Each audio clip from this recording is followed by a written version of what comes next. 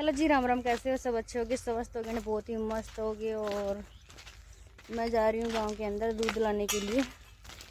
और 6 बज गई और दूध लाने जा रही हूँ, क्योंकि हमेशा मेरी छोटी वाली सिस्टर लेके जाती थी और घर पे कुछ काम हो गया तो वो नहीं आई।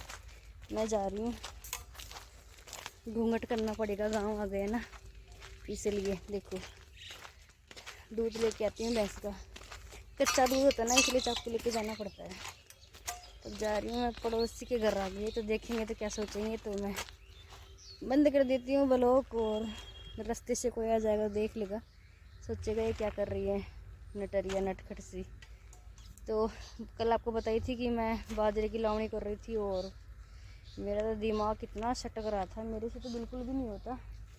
और मैं गांव में आज थोड़ी देर पहले जा रही हूँ, क्योंकि मैं मतलब कि कुछ मजदूर करके आ रही हूँ, सिट्टा मतलब चूटने के लिए। उसको काट तो मशीन से कटवा लिया था कल, पर आज उसको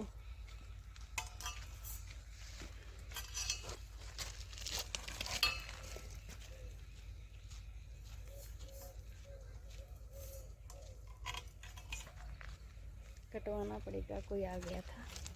ओके बाय बाय, फिर बाद में करेंगे। देखो, कोई आ गया था रास्ते में तो बंद होना पड़ा। ओके बाय बाय, फिर करेंगे अगली बार।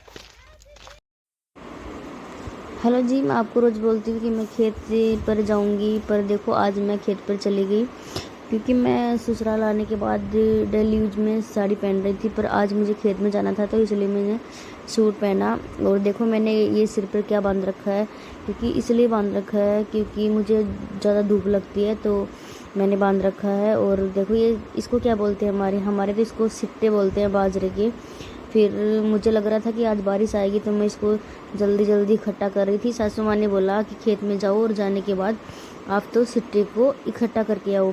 और मेरे ससुर जी है ना, कुछ काम से चले गए थे, तो मैं और मेरी लड़की और मेरी सिस्टर थी, वो उनको उठा उठा के, तो देखो मेरी बहन उठा उठा के फेंक रही थी, तो उसने बोला कि आप भी डाल के आओ। तो फिर मैंने भी एक उठाया, तो मेरी तो कमर में इतनी ज़ोर से दर्द होने लगा। मैंने बोला कि आप भी उठाओ, मेरे से नहीं उड़ते ये। तो फिर मेरी सिस्टर बोली कि आप है ना ऐसे ही बहाना बना लेती हूँ। मैंने बोला कि नहीं, बहाने की कोई बात नहीं है, मेरे से उड़ता नहीं है, मेरे कमर में दर्द रहता है, इसलिए। फिर मैं ना उठा उठा के उनको वापस डालने लग गई। फिर डालते डालते मैं मेरे बेटे से बोल रही थी, बेटा कुछ रील शूट कर दो मेरी। तो फिर मेरा बेटा मेरी रील शूट कर रहा था कुछ। तो फिर हो गया था बच्चों का टाइम स्कूल से लाने का, तो फिर मैं बच्चों को स्कूल से लेके आई। स्कूल से लेके आने के बाद फिर फिर भी मैं मेरे बेटे को बोल रही थी कि बेटा आप मेरी एक रील शूट कर दो,